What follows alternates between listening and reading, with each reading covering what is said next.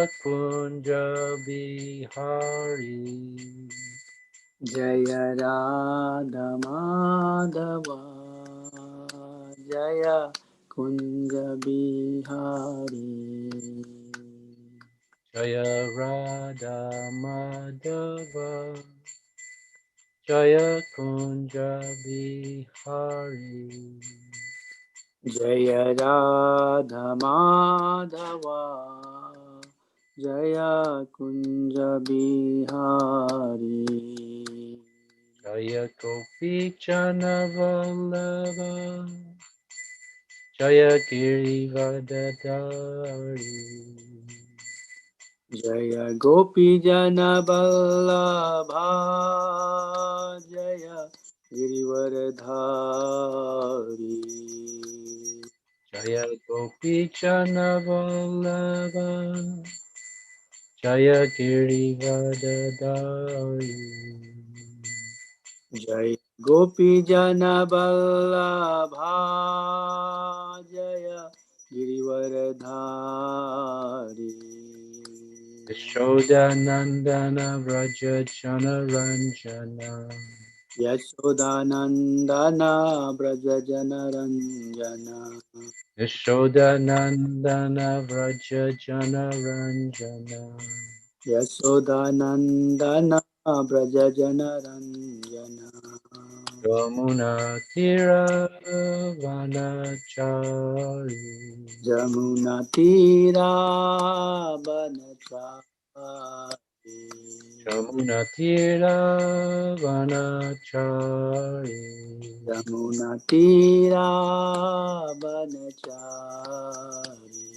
Jaya Radha Madhava Jaya Kunja Bihari Jaya Radha Madhava Jaya Kunja Bihari. Jaya Gopi Chanavallabha Jaya Girivardhari Gopi Jana Balla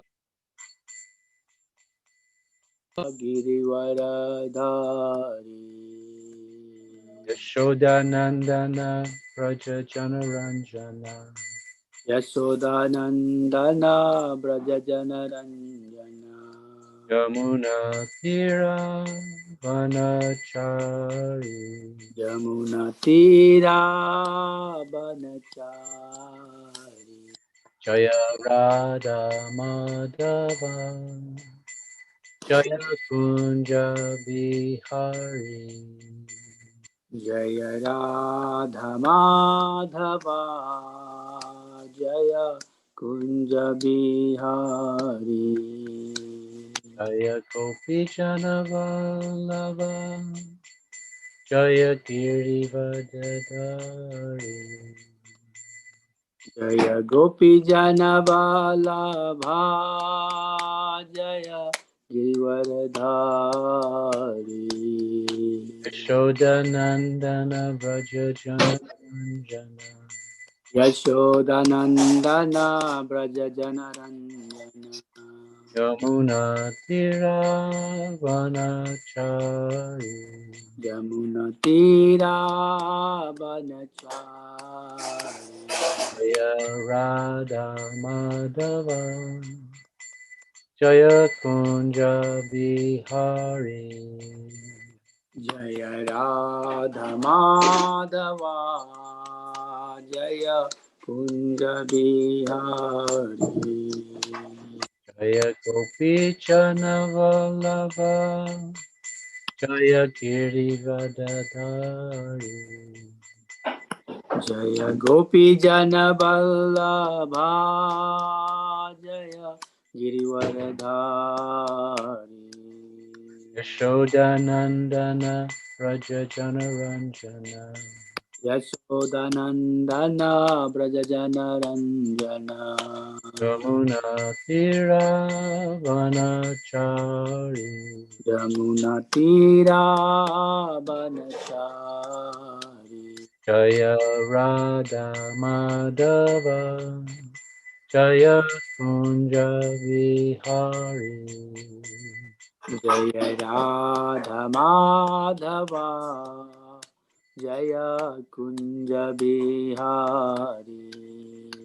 Jaya Radha Madhava Jaya Kunja Vihari.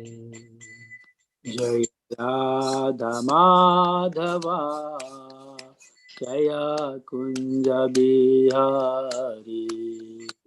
Jaya Radha Madhava Jaya Kunja Vihari.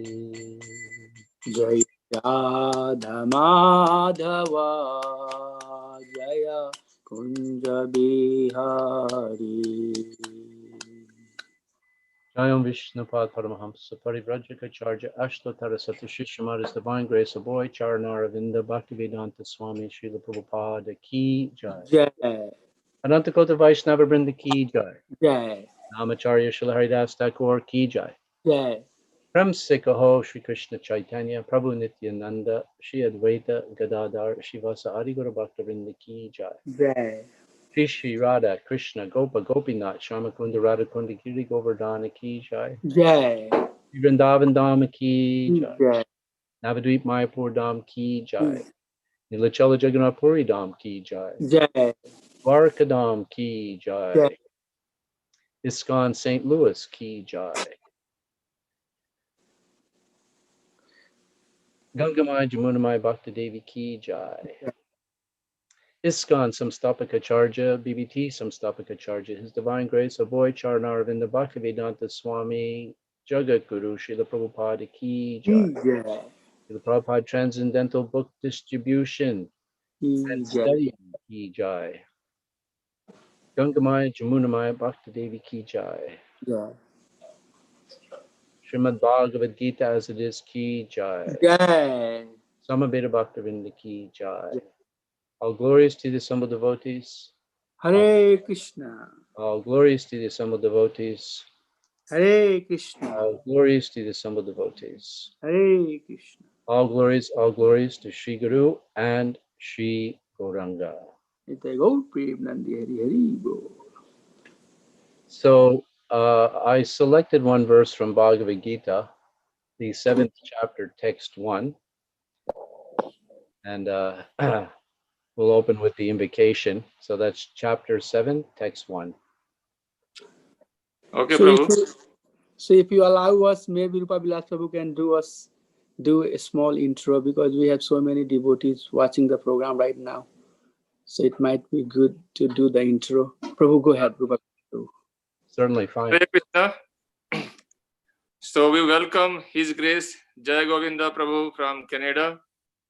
Prabhuji is originally from Montreal, Canada. He grew up in his youth very active in sports, swimming, gymnastic, and he went to college and he was practicing Hatha Yoga while he was pursuing his major in electronic engineering and later in psychology. He came in touch with Vedic literature, and that led him to get introduced to the literature of our founder Acharya, A.C. Bhaktivedanta Swami Prabhupada. And then he converted from Hatha Yogi to Bhakti Yogi, and he started practicing Bhakti Yoga. That led him to get initiated as a full-time devotee by His Holiness Gopal Krishna Goswami Maharaj. So Prabhuji has been full-time initiated devotee in ISKCON. Actually he started in 77 and then initiated in 83, and later on he got his second initiation and got his Bhakti Shastri degree, and he started serving full-time in temple, doing yajna, different sanskaras, different ceremonies, and also he's a very good kirtan leader and speaker of Bhakti Yoga philosophy. And he has been temple president in Vancouver Temple for over 2 decades. And now he is still a director and senior leader, one of the leader of the congregation in the temple in Vancouver Temple congregation. So with that, we welcome His Grace Jai Govinda Prabhu Ki Jai. Hare Krishna. Hare Krishna. Boy, with an introduction like that, everybody's really anticipating something wonderful, but I can assure you that the introduction far exceeds my abilities, I'm sure, but thank you very much. But everything you said is true, except just to clarify, I'm not the temple president at present. I'm just a director and a counselor of the council, senior counselor. Thank you. So I'm sure everybody that would like to follow along, we're on chapter 7, text 1 of the Bhagavad-Gita. We'll commence with the invocation. Om Namo Bhagavate Vasudevaya. Om Namo Bhagavate Vasudevaya. Om Namo Bhagavate Vasudevaya. Om Om Namo Bhagavate Vasudevaya. Om Namo Bhagavate Vasudevaya. Om Namo Bhagavate Vasudevaya. So we're reading from Srimad Bhagavad-Gita as it is, chapter 7, entitled Knowledge of the Absolute, and we're going to read text 1. But before we recite Bhagavad-Gita, it's nice to say a couple of prayers. Actually, we'll do the verse and then we'll say the prayers. This is a little different format from the Srimad Bhagavatam class in the morning. Now, how would you like to conduct this? Would you like to conduct this? Devotees take turns chanting the mantras like we do in Srimad Bhagavatam class, or do you want me to just chant the mantras, do the word for word, and go straight to the translation? Would you like others to also chant the verse? I think, Prabhuji, it's much better if you just chant and Okay. we go with that option. All right. Thank you. Okay. Shri Bhagavanu Vacha Maya Staka Maya Sakta Manaparta Yogam Ujan Mad Ashraya Asam Samyam Samangramam Yata Janyashi Tachrinu. I will do the word for word. It's always helpful to do the word for word. Shri Bhagavan Uvacha, the Supreme Lord said, Mai, to me, Ashakta Manaha, mind attached, Partha, O son of Prita, Yogam, self-realization, Yujam, practicing, Mat Ashrayaha, in consciousness of me, Krishna consciousness, Asamshayam, without doubt, Samagram, completely, Mam, me, Yata, how, Nyashyasi, you can know, Tat, that, Shrinu, try to hear. The translation, followed by Srila Prabhupada's purport. The Supreme Personality of Godhead said, now hear, O son of Prita, how by practicing yoga in full consciousness of me, with mind attached to me, you can know me in full, free from doubt. I'm going to read it again. The Supreme Personality of Godhead said, now hear, O son of Prita, how by practicing yoga in full consciousness of me, with mind attached to me, you can know me in full, free from doubt. And in the purport, the first part of the purport talks about what was described in previous chapters. So I'm just going to skip that. And I'm going to go down in the purport to the paragraph that begins, one should therefore begin yoga practice as directed in the last verse of the 6th chapter. Concentration of the mind upon Krishna, the Supreme, is made possible by prescribed devotional service in 9 different forms, of which Shravanam is the first and most important.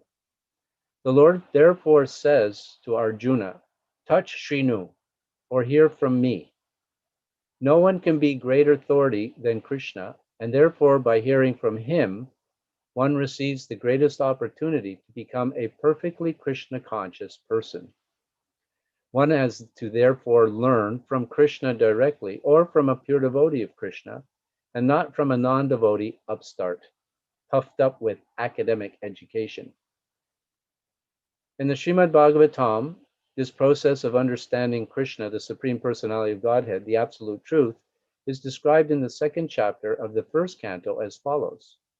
Shinvatasvakata Krishna Punya Shravanam Kirtanaha Hridyantostiya Bhadrani Vidunosit Sorisitam Nastapreshu Avidreshu Nityam Bhagavat Sevaya Bhagavatam Aushlake Bhaktir Bhavati Naishtaki Tatarajas Bhavaha Kama Lobha Dayaschaye Cheta Etar Anavidvan Sitam Satte Prasiddhati Evam prasana manaso Bhagavad Bhakti Yogataha Bhagavat Tattva Vijnanam Mukta Sangha Sajayate Vidyate Hridaye Grantis Chityante Sarva Samsayaha Shriyante Shishyante Chashyad Karmani Drista Eva Manishpare. To hear about Krishna from Vedic literatures, or to hear from him directly through Bhagavad-Gita, is itself righteous activity. And for one who hears about Krishna, Lord Krishna, who is indwelling in everyone's heart, acts as a best wishing friend and purifies the devotee who constantly engages in hearing of him. In this way, a devotee naturally develops his dormant transcendental knowledge. As he hears more about Krishna from the Bhagavatam and from the devotees, he becomes fixed in the devotional service of the Lord. By development of devotional service, one becomes freed from the modes of passion and ignorance, and thus material lusts and avarice are diminished. When these impurities are wiped away, the candidate remains steady in his position of pure goodness, becomes enlivened by devotional service, and understands the science of God perfectly. Thus, Bhakti Yoga severs the hard knot of material affection and enables one to come at once to the stage of asamyasham samagram, understanding the Supreme Absolute Personality of Godhead. Bhagavatam, this is from the Srimad Bhagavatam, first canto, second chapter, verses 17 through 21. Therefore, only by hearing from Krishna or from his devotee in Krishna consciousness can one understand the science of Krishna. Om Agyana Timanandasha Jananjana Shalakaya Chakshuran Militanjena Tasmai Shri Guruve Namaha. I was born in the darkness of ignorance. My eyes are opened by the torchlight of knowledge. Through the medium of my merciful spiritual master, I offer my respectful obeisances unto him. Vandeham Shri Guru Shri Yuttapada Kamalam Shri Gurun Vaishnavam Cha. Offer my respectful obeisances unto my spiritual master and unto all Vaishnav Gurus. Shri Rupam Sagrajatam Sahagana Raghunatam Vitam Tam Sajivam. Offer my respectful obeisances unto Rupa Goswami, his older brother Sanatan, and unto the others, including Raghunath Das and Jiva Goswami. Sadvaitam Savadutam Parijana Sahitam Krishna Chaitanya Devam. Offer my obeisances unto Advaita Acharya, unto the Avaduta, and unto Sri Krishna Chaitanya Mahaprabhu. Shri Radha Krishna Padansaha Lalita Shri Veshakamvitamscha. Offer my obeisances unto Radha and Krishna, and unto the gopis headed by Lalita and Vishaka. I offer my respectful obeisances unto A.C. Bhaktivedanta Swami Srila Prabhupada, who is very dear to Lord Krishna, having taken shelter at his lotus feet in this world. My obeisances unto you, O servant of Srila Bhakti Siddhanta Saraswati Thakur. You are spreading the message of Lord Chaitanya Mahaprabhu throughout the Western worlds, which is full of voidism. Actually, I want to just make a little note on the pranam mantras to Srila Prabhupada, and particularly the second part where it says that My obeisances unto you, O servant of Srila Bhakti Siddhanta. You are spreading the message of Lord Chaitanya Mahaprabhu throughout the Western worlds, which is full of voidism and impersonalism. And the first time I understood this translation, Namaste Saraswati Devi Gauravani Pracharane Nirvishesha Shunyavadi Paschachade Shatarane, the first time I understood it, I thought I was a little offended, because at that time, when I came to Krishna consciousness, Srila Prabhupada had already spread Krishna consciousness all over the world. So why is it just say spreading the message throughout the Western worlds? Well, after some time, I actually discovered the reason. Srila Prabhupada's pranam mantra was introduced. He received this mantra in 1967. And this was when the first time he went back to India, he had a heart attack. So when he went back to India, he went to recuperate, and he took with him a couple of disciples, but initially he took with him Achyutananda, who later became Achyutananda Swami. And they were in the Radha Damodar temple together. And Srila Prabhupada was very good friends with Sridhar Swami, his godbrother. So his Sridhar Swami invited Srila Prabhupada to come to Mayapur. I believe it may have been for Sridhar Swami's Vyasa Puja. And Srila Prabhupada graciously and enthusiastically agreed. So he and Chutananda, they went to Mayapur to meet with Srila Prabhupada's dear friend and godbrother, Sridhar Swami. So in the course of the meeting, now this is coming from the biography by Achyutananda. And in the biography, it says that they were there, and Prabhupada went out and spent some time with his spiritual master. Then he came back. And when he came back, he asked me, he says, how does this sound? Namaste Saraswati Devi Gauravani Pracharane. And then he gave the translation. So it was at that point that Srila Prabhupada received the pranam mantra.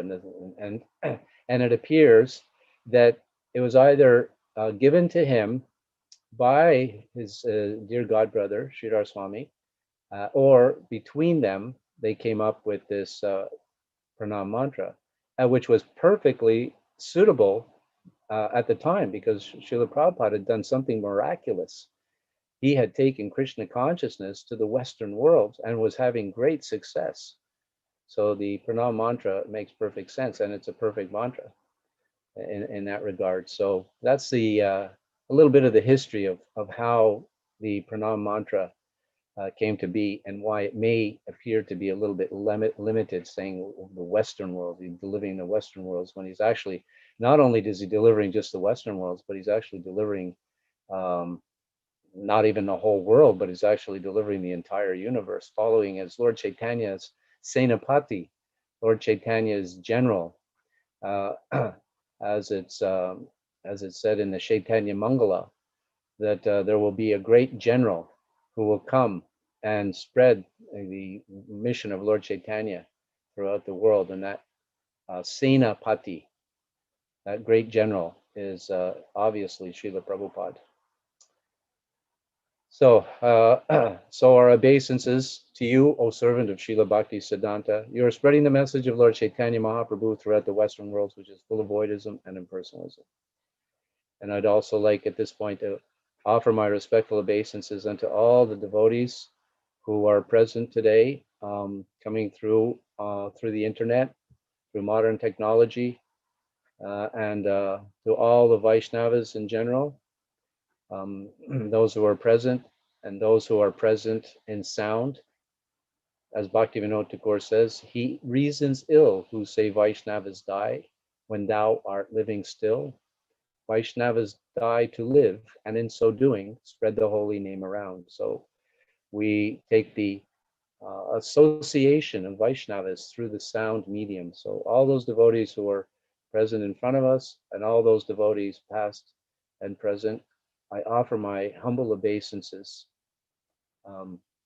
Please give me your mercy. Please give me your blessings. You're just like the desire trees, you can fulfill the desires of everyone, and full of compassion for the fallen conditioned soul. So please be compassionate upon this fallen soul. Jai Shri Krishna Chaitanya, Prabhu Nityananda, Shri Advaita, Gadadhar, Shivas, Adi Gaura Bhakta Vrinda. I offer my obeisances unto Lord Chaitanya Mahaprabhu, unto Nityananda, unto Dvaita Acharya, unto Gadadhar, unto Srivas, and unto all Vaishnavas in the line of Sri Chaitanya Mahaprabhu. Hare Krishna, Krishna Krishna, Hare Hare, Hare Rama, Rama Rama, Hare Hare. So welcome everybody and thank you. So the verse again, I'll just read the translation.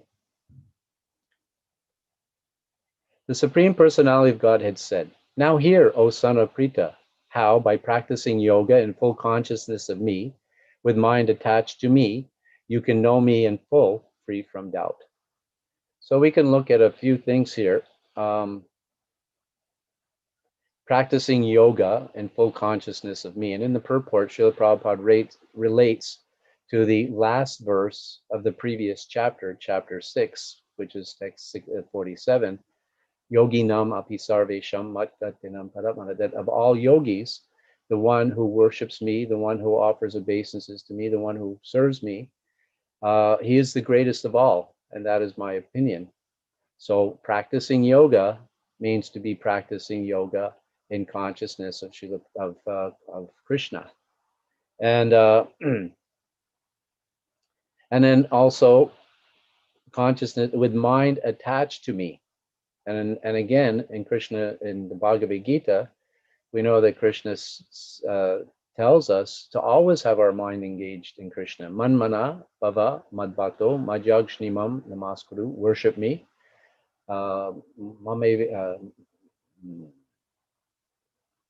Manmana bhava madbhakto mam jagshimam namaskuru. Always engage your mind and think of me, worship me, become my devotee and bow down to me, and surely you will come to me.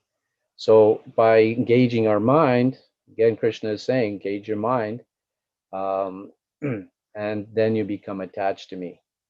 And you can know me in full, free from doubt. But what is the key? What's the key here? Touch Shrinu, hearing. And in the purport, Srila Prabhupada gives a hint on how we can hear, which way we can hear. And we hear directly from Krishna, as we hear from Bhagavad-Gita. The words in Bhagavad-Gita are directly Krishna himself. And it's so brilliant that the Bhagavad-Gita, which was compiled by Vyasadeva as one of the chapters of the greater epic, the Mahabharata, was compiled by Vyasadeva, and the original Sanskrit is there. And this is one of the nice things about Srila Prabhupada's Bhagavad-Gita as it is. The original Sanskrit is there. And then, of course, there's the translation, which is preceded by the Roman transliteration. Each Sanskrit word is presented in a universal type, which is called the Roman transliteration, so we can actually pronounce the word properly. And then after the Roman transliteration, then there's the word for word. Each word is broken down, and then of course the translation. But the real important thing are the purports. There are many translations of Bhagavad Gita. During Srila Prabhupada's time, when he presented the Bhagavad Gita as it is, in the Bhagavad Gita itself, in the introduction, he said there's over 200 English translations of Bhagavad Gita, but not one of them actually hit on the actual ultimate intent and purport of Bhagavad Gita. Because in the Bhagavad Gita itself, Krishna is giving the direction on who is actually qualified to know Krishna, to speak on Bhagavad Gita. How can you speak on Bhagavad Gita if you don't know Krishna? Bhakti amam abhijanati. Krishna says twice in Bhagavad Gita. Only by devotional service. Only by devotional service can I be understood. So unless one is actually a devotee of Krishna, one cannot really understand Krishna or Krishna's writings. And of course, another part of the Bhagavad-Gita describes that in order to understand Bhagavad-Gita, one has to hear it from an authority on Bhagavad-Gita. And that, of course, means evam param praptam imam rajarsho vidu, that one has to come in the disciplic line of Krishna, coming from Krishna through Brahma, from Brahma to Vyas, Vyas to Brahma to Narada, Narada to Vyas, Vyas to Madhavacharya, Madhavacharya to Madhavinda Puri. This is our particular line, from Madhavinda Puri to Ishwara Puri, Sri Chaitanya Mahaprabhu, through the 6 Goswamis. Jiva Goswami, from Jiva Goswami, we have the Narottam Das Thakur, Srinivasacharya, and Shaimananda. From then we have Baladev Vidyabhushan,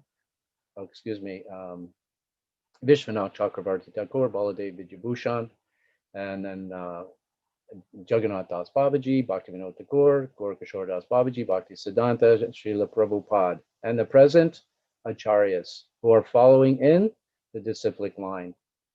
Now, one may inquire, there seems to be particularly a big break between Madhavacharya and Madhavinda Puri. There are 12 personalities. They're not listed specifically sometimes, but there are 12 in the line of Madhavacharya. And so from there, and there's a big leap from Vyasadeva to Madhavacharya. And we know from the biography, the writings of the close disciples of Madhavacharya, that Madhavacharya actually met Srila Vyasadeva in the Himalayas. So this answers some of those questions. There may be others, but so anyway, the important thing is, in order to understand Krishna and in order to understand Bhagavad Gita, one has to be coming in a particular disciplic line. And our specific line, of course, goes through Krishna himself in the form of Sri Chaitanya Mahaprabhu. Just like any knowledge you want to learn, even mundane knowledge, especially higher level of knowledge you want to learn, you have to go through a particular system. There's basically 3 things you need. You need to have a spiritual master, or you need a professor on the subject, you need a textbook, and you need a good institution. So someone who wants to learn advanced spiritual knowledge, physical knowledge, material knowledge, let's say physics, then in order to understand or even become a doctor or get any kind of a doctorate degree, he needs those 3 things. And this is only on the mundane level, material level. What to speak of, we know from Bhagavad Gita that the mundane material level is composed of 5 gross elements. And then more subtle than that, Krishna says, are the 3 subtle elements: mind, intelligence, and false ego. And even more subtle than that is the spirit soul, of which we are. So in order to acquire material knowledge, we need to have this system. So what to speak of trying to understand something that is so subtle that we can try to understand it on our own? It's impossible. However, if the living entity is fortunate, as it's said in the Chaitanya Charitamrita, the living entity is wandering throughout the universe, from the higher planets down to the lower. Brahmananda Brahmane Bhagavan Brahmananda Brahmate Kom Bhagavan Jeev Guru Krishna Prasadi Pai Bhaktaladabish. That the living entity, he is wandering from the higher planets to the lower planets throughout the universe. And if by some good fortune he comes in contact with a bona fide representative, then the seed of bhakti it can be planted into the heart. And the only way that one can actually become a devotee is through another devotee, is through the process. And what is the connection? What is the connection from one devotee to another? It's touch shrinu, is hearing from the person. First we hear from them. Of course, there are other elements, like our secret weapon. If somebody takes Krishna Prasadam, then his consciousness can be further opened a little bit more to be open to hearing. I've seen many times on book distribution or on other aspects where you may meet somebody and you try to engage in some exchange with them, and it doesn't work.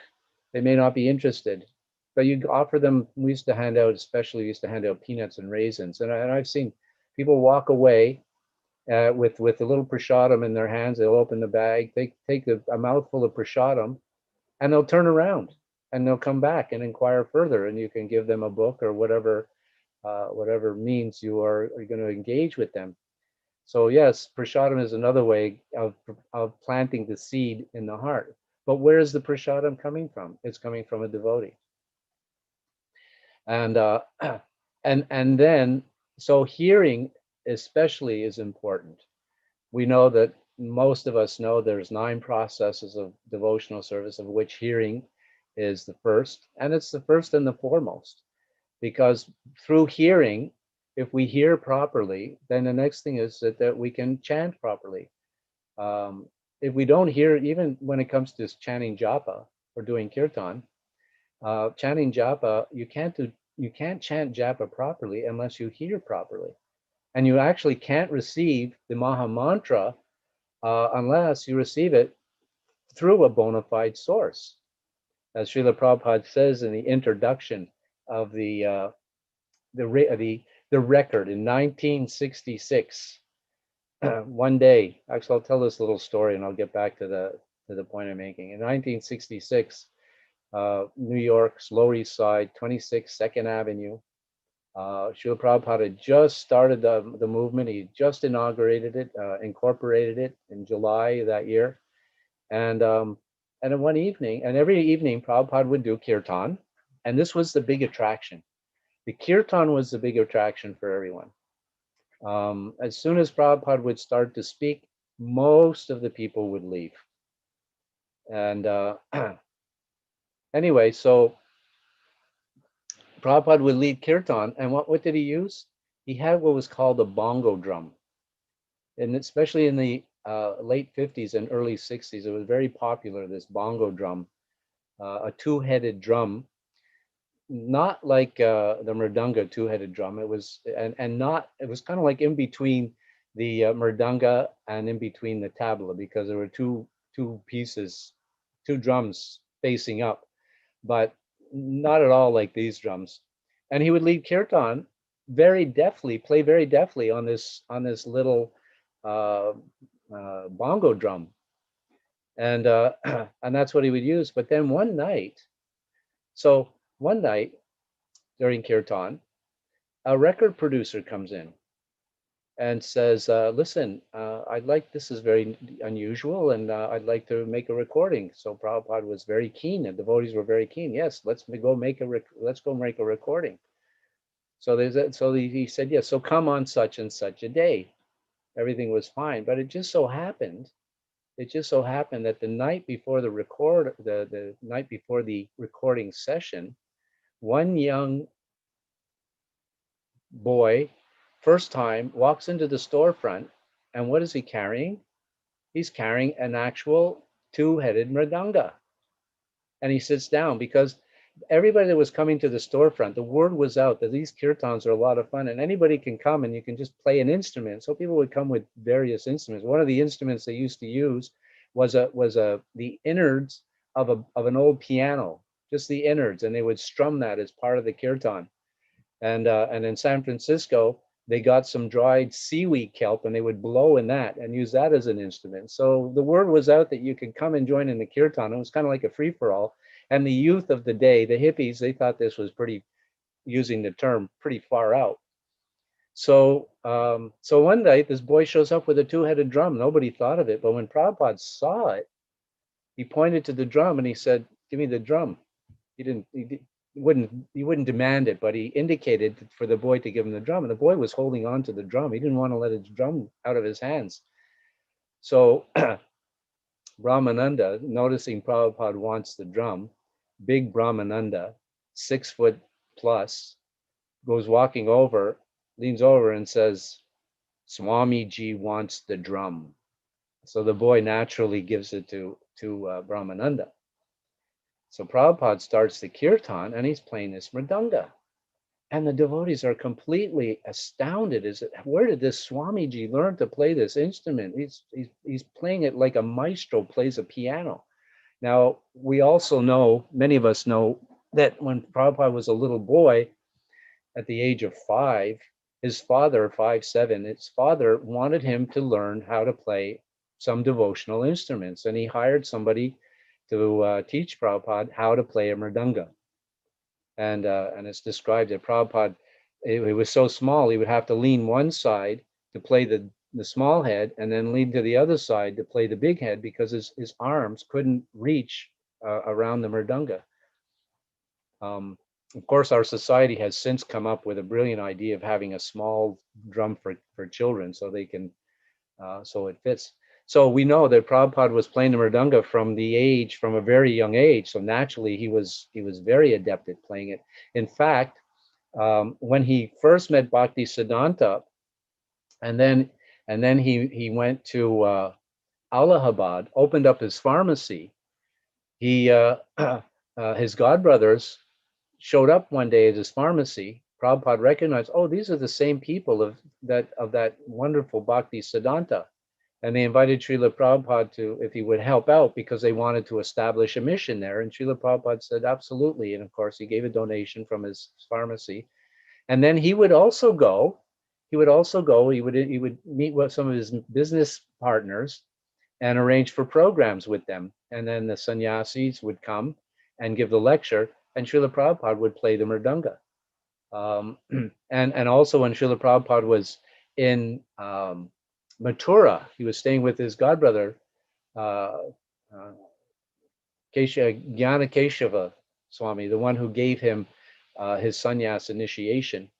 He would also play mridanga, and the brahmacharis would be very, very impressed and very pleased that they had such an expert mridanga player for their kirtans. So when Prabhupada was playing the mridanga this one night in the storefront, everybody was completely astounded and amazed that he played so well. And then it just so happened the next day was the day of the recording. So Prabhupada asked the boy if they could use the mridanga for the recording. And but the boy was reluctant. He didn't want to leave the mridanga. And he said, I'll come tomorrow. And then the boy walked out. And the devotees were thinking, well, he may or may not show up. Who knows? But sure enough, the next day he showed up, and then they did the recording. And that was the first recording of the Hare Krishna mantra. And on the back of that, Srila Prabhupada is talking about the mantra, where he says that that the mantra should be heard from the lips of a pure devotee, and not from the lips of a non-devotee. And then he gives the example, just like a snake, milk is pure, but if the milk is touched by the lips of a serpent, it becomes spoiled. It becomes, just as a serpent is poisonous, the milk itself becomes poisonous. So in the same way, if someone hears from the wrong authority, then it becomes spoiled. And this is a problem in most, I'd say most faiths, is the wrong understanding, the wrong interpretation. Just as I mentioned earlier, there's over 200 translations of Bhagavad-Gita, but and different people comment and they make a speculation because they're not qualified. They're neither are they devotee, neither are they coming in a disciplic succession, and neither are they following certain principles, and therefore it's a lot of speculation. I'm not saying everybody's in that category of not following, but they're either not coming in the disciplic succession or not devotees of Krishna.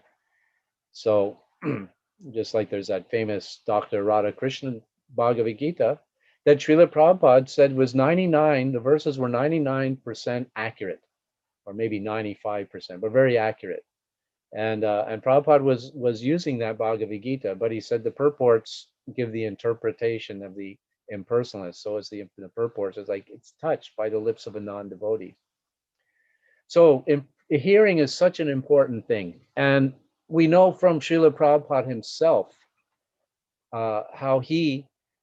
what does he give his credit to? Two things. One, hearing from his spiritual master. And why was it important? Because when, as a businessman, one time Prabhupada was going to be close to Vrindavan when Bhakti Siddhanta was going to be on a pilgrimage around Vrindavan, go to Radhakund and so on. And so Srila Prabhupada joined the pilgrimage that for a couple of days. So he wasn't able to attend for the full time. And on the last day that Bhakti Siddhanta was to speak, one of the leading sannyasis came forward and said, so this evening, our spiritual master, Bhakti Siddhanta, is going to speak for the last time. And also such and such disciple of his, another sannyasi, is going to go to the different temples in Vrindavan, the famous temples in Vrindavan. So you have a choice. So most of the devotees got up and followed the sannyasi to the different temples. But a boy Charan, who was relatively new, a boy Charan, he decided, I'm going to sit and hear, because it's very important to hear from the spiritual master. And he knew that this Bhakti Siddhanta had a lot to give. So he sat, and he even gave testimony that a lot of it he couldn't even understand, but he was keen to hear. So many years later, after Prabhupada did move his family to Allahabad and was helping the devotees establish a center, when it came time to do the actual opening, Bhakti Siddhanta was showing up and he was going to give initiation. So Srila Prabhupada asked if he could also get initiated, because the devotees knew him and they figured, yeah, I suppose he's okay, he's ready to get initiated. And they put his name forward. So when Bhakti Siddhanta was doing the initiations, they called out the name Aboy Charan Day, and many of the devotees, except for the few that were there in Allahabad, they didn't know who this Aboy Charan Day was, and they were wondering, who is this Aboy Charan Day? And then Bhakti Siddhanta said, oh yes, I have marked him. He likes to hear.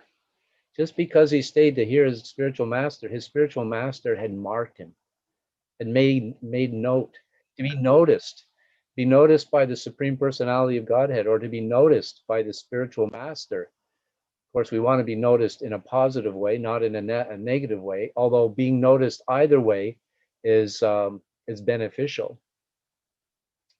As Bhakti Siddhanta would say, don't act in a way to try to see Krishna, act in a way that Krishna will see you. Or don't act in a way to try to see your spiritual master. Yes, try to see your spiritual master, of course, but act more in a way that he will see you. So he was marked because he liked to hear. This was the main thing that caught Bhakti Siddhanta's attention. And then he was initiated. And when he was initiated, he was given both his Harinam initiation as Aboy Charanaravinda, and he was also given at the same time his Brahminical initiation. So he received both at the same time because he likes to hear. And we'll go back again to this hearing from an inappropriate source, and how important hearing is.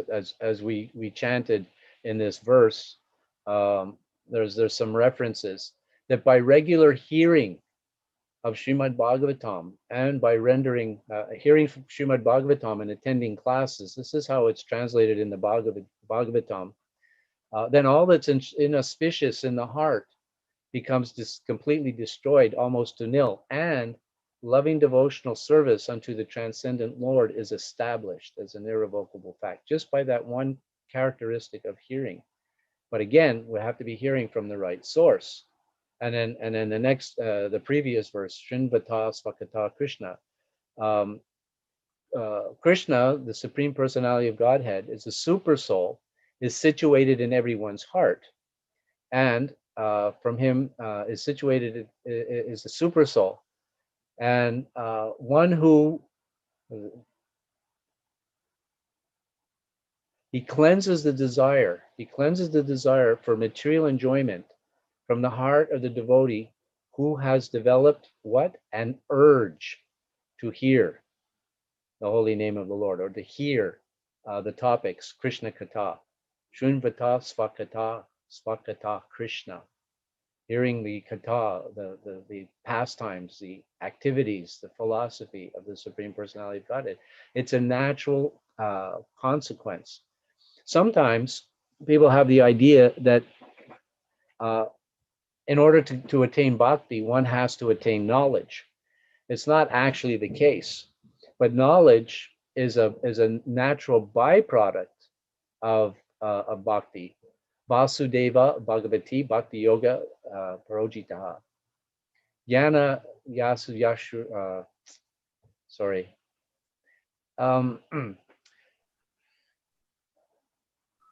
Janayati. Yeah, thank you. You can finish it. You're a scholar. Janayati asu vairagyam jnanam cha yad ahetukam. By engaging in devotional service, the natural consequence is automatic knowledge and detachment. You automatically develop knowledge and automatically develop attachment.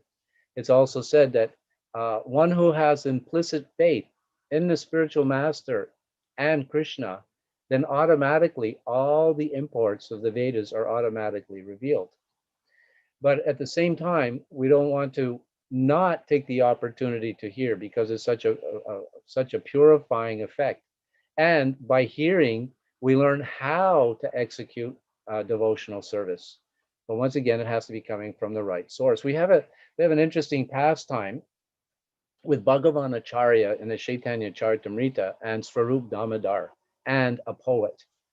Now, this poet, he wrote something very nice that he thought. He compiled something very nice about Lord Chaitanya.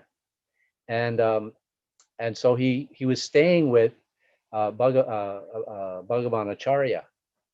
And Bhagavan Acharya, one of the disciples of Lord Chaitanya, he went to Swarup Damodar. Now, nobody could present something to Lord Chaitanya without going through the secretary Swarup Damodar, especially if it was some philosophical points. First, he would screen them. So when Bhagavan Acharya, he came to Swarup Damodar says, Bhagavan Acharya, you're very liberal. You're like a liberal cowherd boy. You'll accept anything. But so the poet, he also read it to other devotees, and all the other devotees thought, oh, this is wonderful. It was about Lord Chaitanya. They were thinking, oh, this is wonderful. So with that, Bhagavan Acharya went again and again to Swarup Damodar, and then finally Swarup Damodar said, well, maybe I should hear this. So he sent for the poet, and then the poet started to talk about Lord Chaitanya and Lord Jagannath. He said, Lord Chaitanya is the soul of Jagannath. Now, I'm very loosely trying to remember and very loosely paraphrasing. And he has brought life to Lord Jagannath, because, of course, they're in Jagannath Puri. And the devotees thought, oh, this is wonderful. But Swarup Damodar, he became very upset. He became angry. He said, this is completely out of line. First of all, you're claiming that Lord Chaitanya is like a spirit soul, and that Lord Jagannath is also the same. When in actuality, Lord Chaitanya and Lord Jagannath, their body and their soul, they're one and the same. They're not separate. And although they are the same Supreme Personality of Godhead, the soul and the body is not separate like it is for an ordinary human being. We learn in Bhagavad-Gita, Dehino Shmanyata Dehe, right? That we're a body with a soul. So this poet was presenting it in such a way that it made it appear like Lord Chaitanya was a soul, and that Jagannath was different from his body also. So Swarup Damodar caught that, even though the other devotees didn't, and he didn't allow it to be heard by Lord Chaitanya. And then, of course, he gave mercy to this poet who brought forward. So the point here is that it was screened, and we don't allow just anybody or any nonsense to be expressed. Everything that's being said should be verifiable by a proper authority. And of course, our proper authority is Srila Prabhupada's books. And this is why it's recommended to hear. Now, there's two ways of hearing. One is hearing from the book Bhagavat, and one is hearing from the person Bhagavat. The book Bhagavat, Srimad Bhagavatam, Bhagavad-Gita, Chaitanya Charitamrita, they're all book Bhagavats. And then there's the person Bhagavat, the acharyas like Srila Prabhupada. And Srila Prabhupada's qualified representatives, they're also Bhagavats. So Srila Prabhupada, being the personality of Bhagavat, is non-different than the book Bhagavat. You hear anything about Srila Prabhupada, you read his purports, you meet him, it's non-different. He's saying the same things. And what he says in person and what he says in his books are non-different. How he acts in person and how he's saying we should act in his teachings and the teachings of the personalities within those books are non-different. So the book Bhagavat and the person Bhagavat, they're non-different. So hearing from either the person or the book is perfectly bona fide. But to hear from a non-devotee is not recommended. And I'm sure many of us know the example of how a devotee may they have this Bhagavat Saptas, the 7-day Bhagavat discourses, because Shukadev Goswami spoke Srimad Bhagavatam in 7 days to Maharaj Parikshit. So therefore, we should have a Bhagavat Sapta, and most often than not, they're professional Bhagavat reciters. They're very expert orators. They can create a mood of such emotion that it brings tears to people's eyes, makes them laugh, bring tears. They're expert orators, but it's materially motivated. They do it as a livelihood, and more often than not, it's tinged with, even if it's not tinged with impersonalism, but because it's more materially motivated, it only attracts a materially motivated audience, and no real transcendental transmission takes place. And as for getting emotional, you can read a book, even a novel, a mundane novel, a romantic novel, an action novel, or watch in the theater, and it affects your emotions. It's not because somebody is speaking and inducing emotions that it means that you're getting transcendental feeling of ecstasy. It only means that you're being emotionally stimulated. So one again has to hear from a person, a qualified person, and also we know in our movement also, just to enhance and give the opportunity to those who are inclined and familiar with the concept of Bhagavat Sapta, 7-day Bhagavat reciting. Some of our devotees, they also have Bhagavat Saptas, but and they're very, very nice Bhagavat Saptas, but they're devotees and they're speaking Bhagavat not according to personal material gain, but for the sake of spreading the glories of the Lord. And one that comes to mind is Radha Govinda Maharaj, expert Bhagavat reciter. Of course, he does it in Hindi, but he's one of the experts, and many do it. And this is considered acceptable. But as we just quoted the verse before, it says a Bhagavat, Nitya Bhagavat Sevaya, Nitya, regularly hearing, regularly bathing in Bhagavat Seva, the hearing of Srimad Bhagavatam. Now, if one hears properly, then the next thing is that one can come to the level of being able to do kirtan or speak. Now, when we say kirtan, our general idea of kirtan is chanting the Maha Mantra, and certainly that is kirtan. Anybody that chants the Maha Mantra, even japa, if it's chanted loudly, that's considered kirtan. Haridas Thakur, the Namacharya, he would go around chanting the Maha Mantra very loudly, so that all the living entities that were in earsight would be benefited. The animals, the creepers, and what to speak of human beings. He would chant it loudly, even though he would be chanting japa. And this is considered kirtan. But another thing that's considered kirtan is, and sankirtan, congregationally together, is what we're doing right now. We're doing shravanam and kirtanam. We're hearing and we're chanting. Shukadev Goswami and Parikshit Maharaj, when they engaged in shravanam and kirtanam, one was chanting and one was hearing. So if we hear well, as Srila Prabhupada often said, then we can speak well. And what happens when we speak well? We hear well, we speak well, then comes to the next stage, shravanam, smarnam. And smarnam, what kind of smarnam? Vishnu smarnam. Remembrance. And remembrance is very important. The more we hear and the more we can repeat, the better our smarnam, our remembering.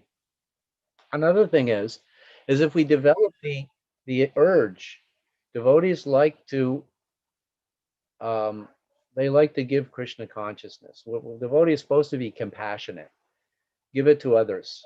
And if we hear properly and then we attempt to give, then what happens? Two things happen. One, our own remembrance takes place, plus we develop a stronger urge to hear more. Because there's a pitfall. We may all have read Srila Prabhupada's Bhagavatam, Bhagavad-Gita.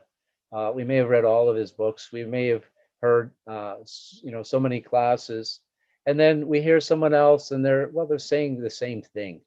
I've already heard it. This is one of the pitfalls that we can fall into. That I've already heard it. But just like chanting the holy name, we don't chant the holy name once and forget about it, but we continue to chant it day in and day out, every day, and we don't get tired of it. So in the same way, because it's transcendental sound vibration, it never becomes stale. It becomes ever fresh. But especially if we take the opportunity that whatever we hear, we try to repeat, then it gives us an impetus to want to hear. And even if we hear the same thing that we already know, we'll hear it from a different perspective. It can increase our own realization, and it'll also give us other examples of what else to say. Now, sometimes there's this stigma of speaking or not wanting to speak because we don't know very much. Well, this is not what Prabhupada instructed. He said, whatever we hear today, we repeat today. And then he would give the example of Shama Sundar and Malati's young 3-year-old daughter, Saraswati, who, by the way, there's an article in the most recent Back to Godhead magazine with her, about her. And so she was 3 years old, and she would go up to people and she would say, do you know who Krishna is? And knowingly or unknowingly, they may know, they may not know, they would more inevitably say no, just to hear what her answer would be. And she would say, Krishna is the Supreme Personality of Godhead. And she may not even have a deep realization of what that means at the age of 3, probably not.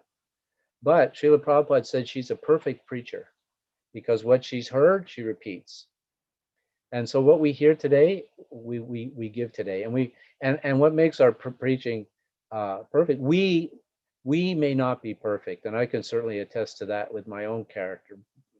We're nowhere near perfect, far from it. But if we can just repeat what the Acharya has said, what we're saying is perfect. Now, it doesn't have the same impact as a pure devotee would have when they speak, because purity is the force. But even something said by somebody who may appear to be a non-devotee can be accepted as good advice. And the example we can use is when Srila Prabhupada was distributing his Back to Godhead magazine in the early 40s, he met one man, and the man told him, he said, you should, instead of just printing a magazine, you should print a book, because a magazine people read once and they throw away, but a book they will keep. And Prabhupada took that to heart, thinking, this man is, my spiritual master is speaking through this man. So this man was obviously not necessarily a devotee. Maybe he was of sorts, but Prabhupada took that as a good instruction. So what to speak of if we may not feel perfectly qualified in our own nature, our own habits? Maybe we're neophyte, or we're feeling neophyte, or we're feeling we don't really know that much. Still, if we hear and we try to repeat, then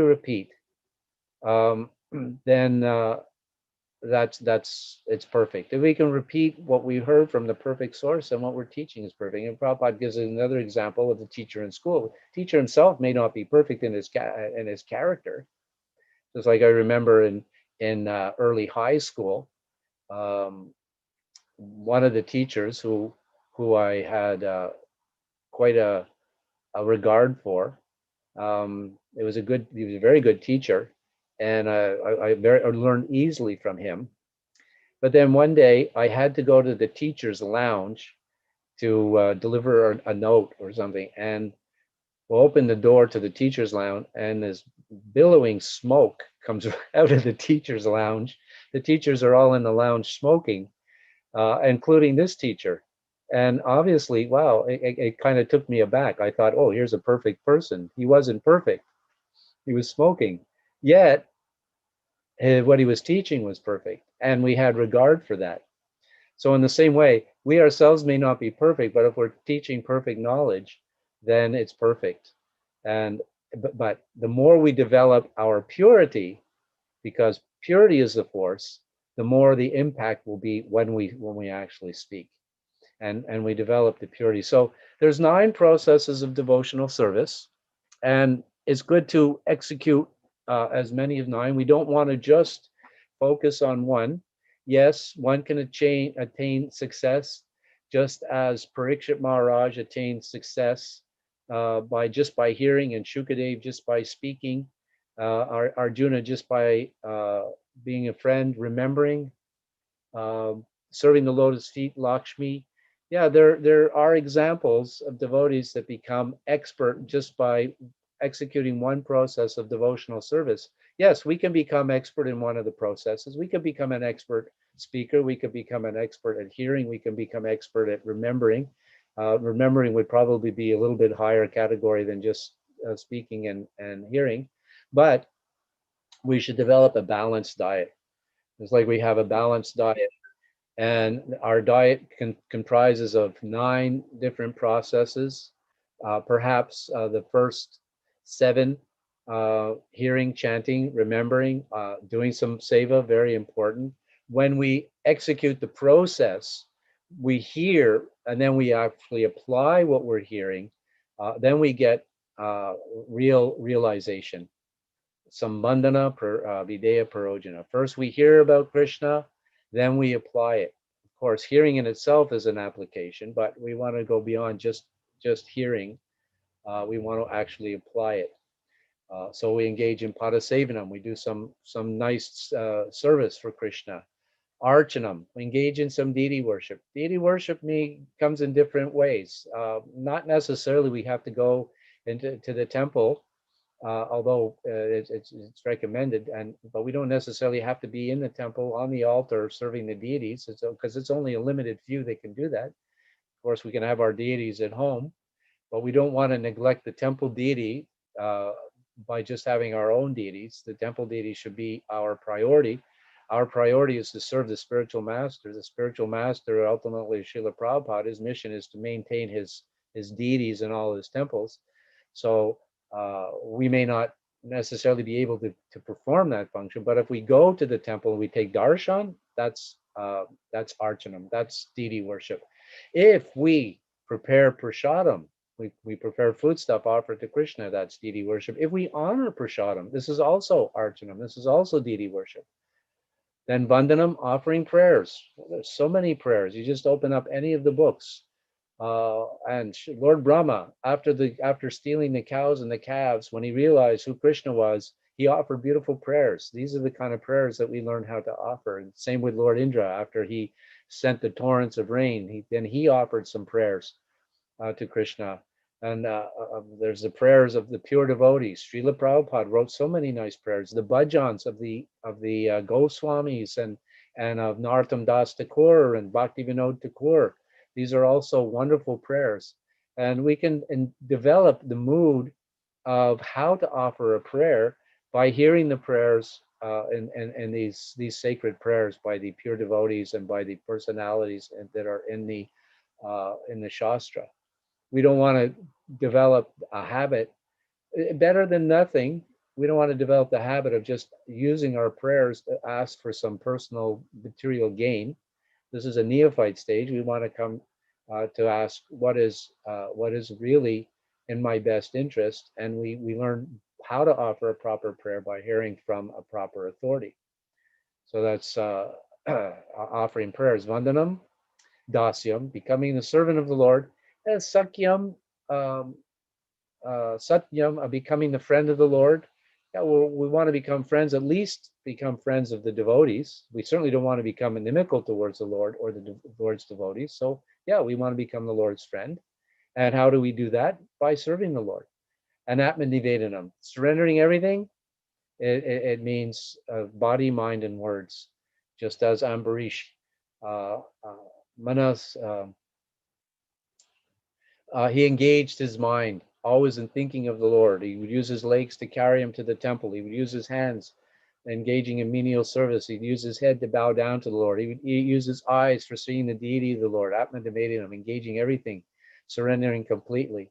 The 6 symptoms of surrender, accepting everything that's favorable for Krishna consciousness and rejecting everything that's unfavorable. Having complete faith that Krishna will always protect you, and have complete faith that Krishna will always maintain you.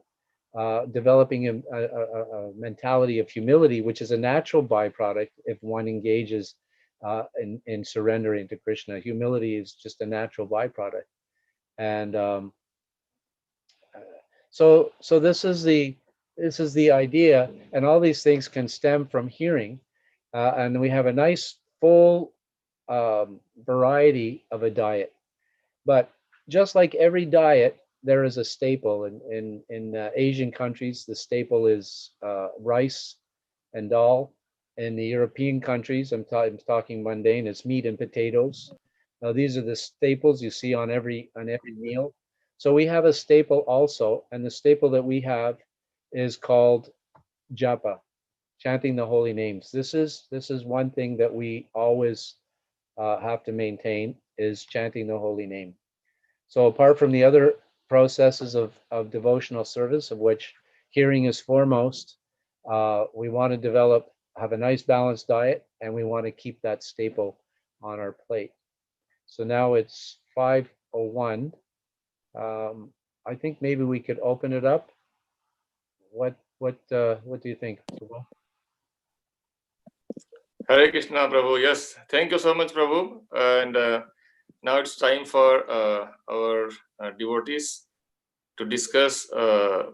And if you have any question, please ask question. You can unmute and ask question to Prabhuji directly. Hare Krishna. I hope I didn't go over time or was too long. It was just on time. So if we have few minutes, we can take some questions, and then Yes, please.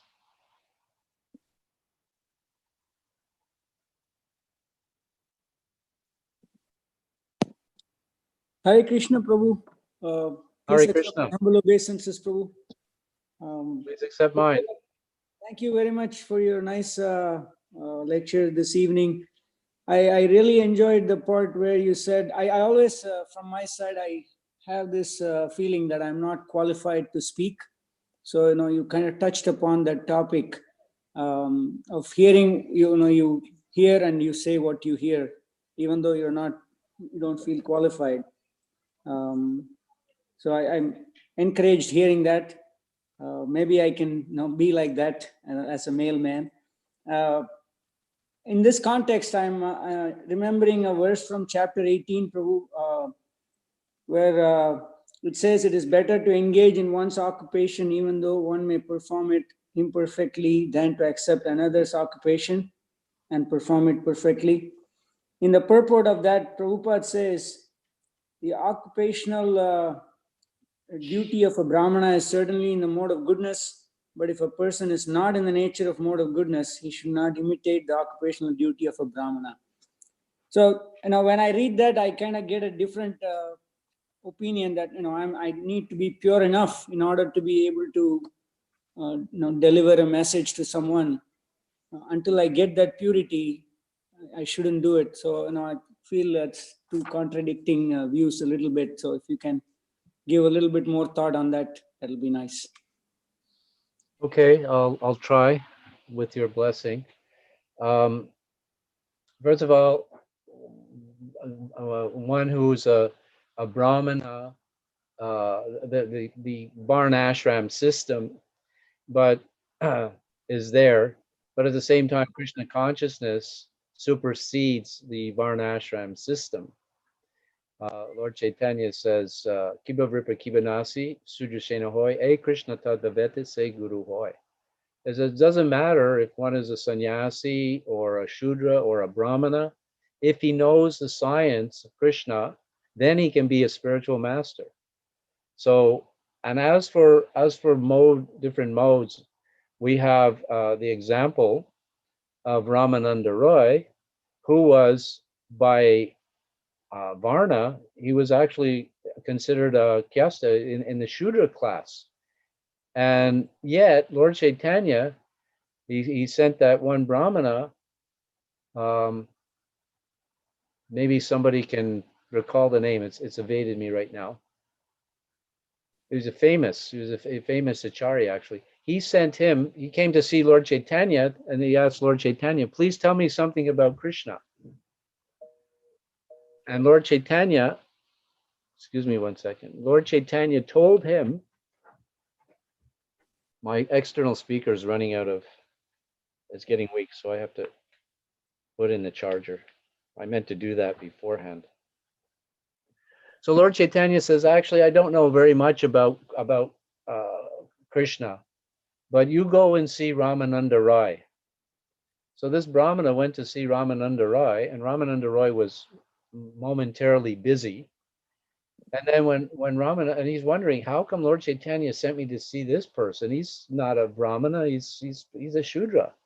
And in fact, Ramananda Roy at the time was training some girls in performing a drama and a dance, which according to Vedic etiquette, this is completely against Vedic etiquette. And Lord Chaitanya sent me to him to learn from him about Krishna. So when Ramananda Roy came, he first of all was very gracious and apologized to the Brahmana, offered the Brahmana obeisances, and was demonstrating the highest level of proper etiquette. And then after some, to make a long story short, it ended up that Ramananda Roy did instruct this Brahmana, and he realized. So the point that I'm making is whether one is under the influence. Now there's devotional services also in the different modes. One doesn't necessarily have to be in the mode of goodness in order to do any service. Yes, if one maintains a certain mode, then it's, if someone has a propensity for studying, then that would be a Brahminical mode, and so we don't want to artificially do it. But everybody should engage in certain activities, Vaishnava activities, and giving Krishna consciousness. Another thing is that we're not necessarily in the mode of goodness, and Brahmanas are not necessarily in the mode of goodness. They may be a little more above the mode of passion, but the actual fact of the matter is that by engaging in the process, one develops the mode of goodness because one becomes purified. Purity one's heart becomes purified, and automatically, what is it, Rishabhadev says in the 5th canto of the Srimad Bhagavatam, 5th chapter, text 18, Yashasti Bhakti Bhavaya Kincha Sarva, that anyone that engages in devotional service, then automatically he develops the qualities of the devatas, of the demigods. Automatically, all the good qualities become manifest. And one who engages in devotional service, we learn the same thing from Prahlad Maharaj. All the characteristics and qualities of the become manifest. The 26 qualities become manifest in a devotee who executes the process. So just staying on the material platform of being in the so-called mode of goodness does not necessarily allow one to develop all the good qualities.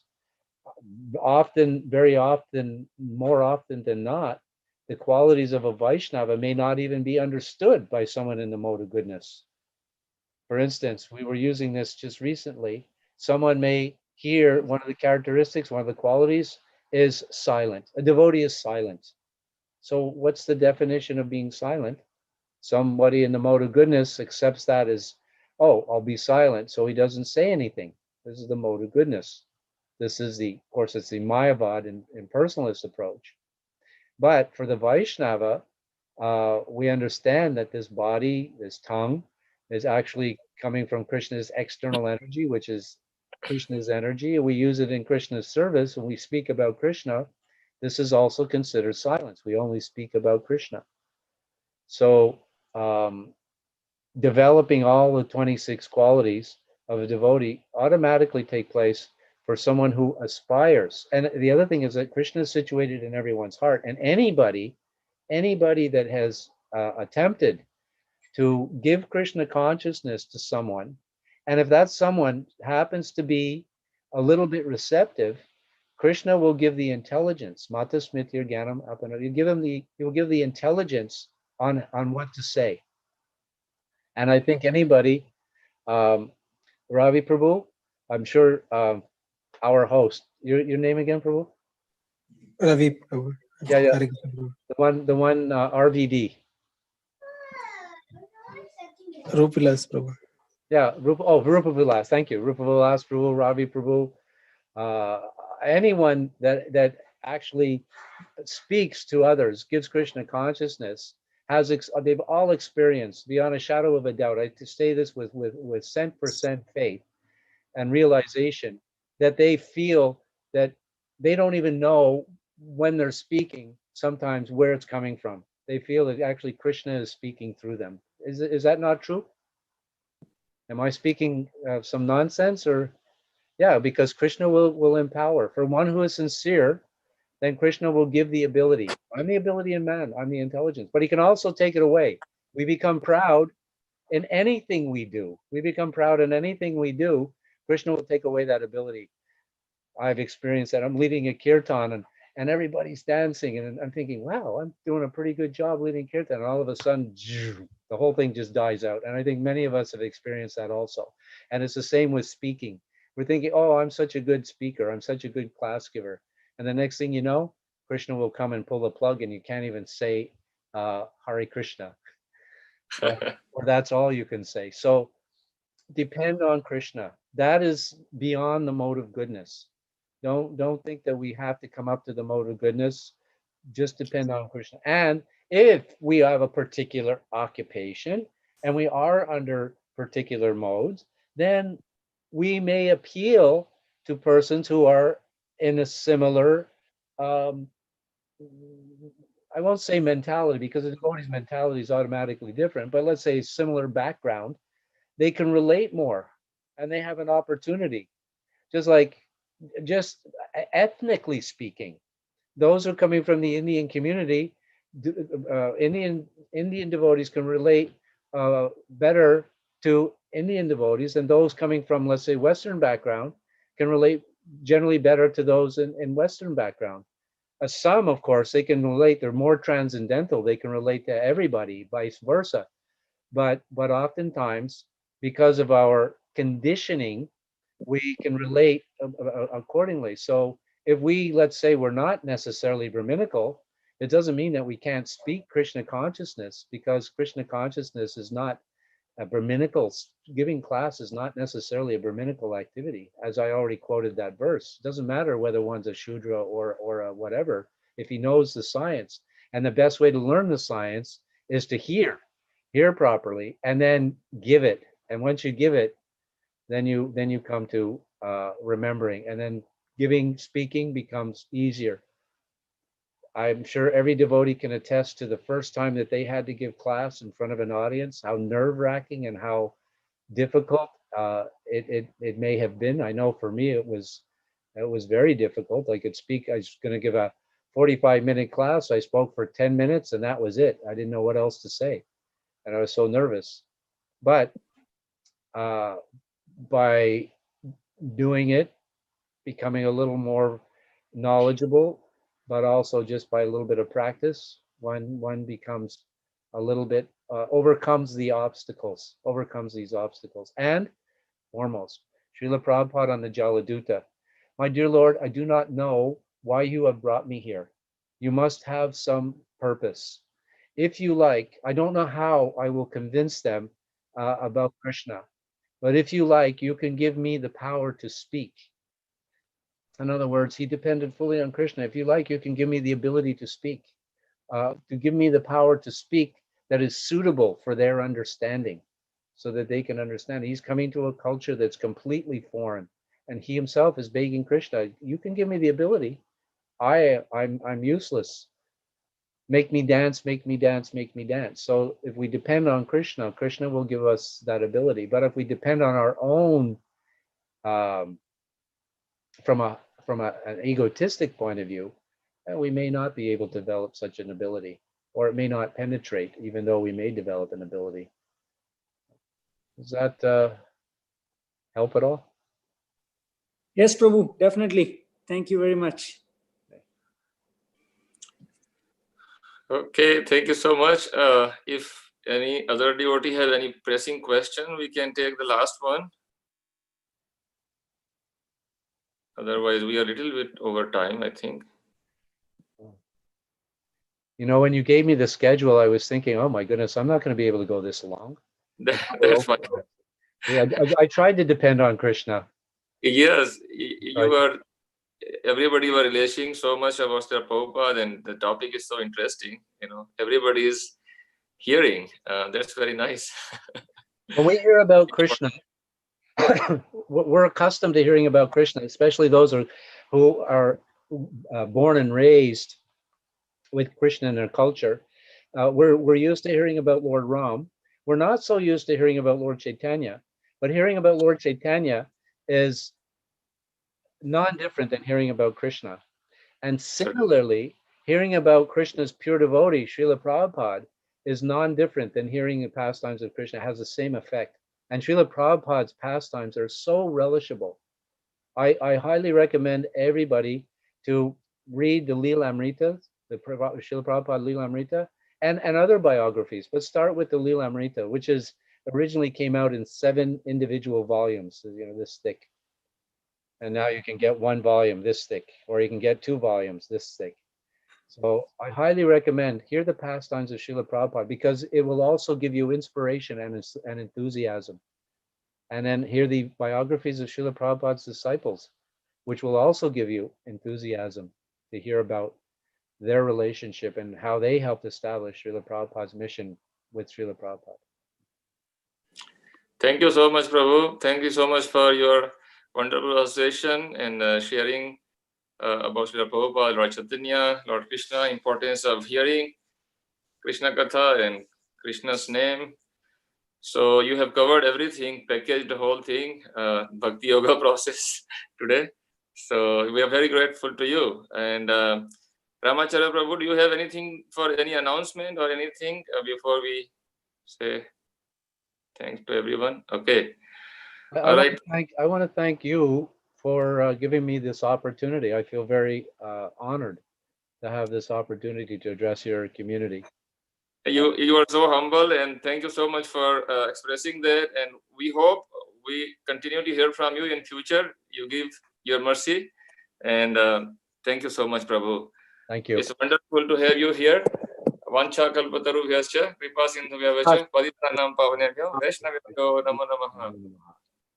Hare Krishna. Srila Prabhupada. जय। SML भक्तवृंद की जय। Jai.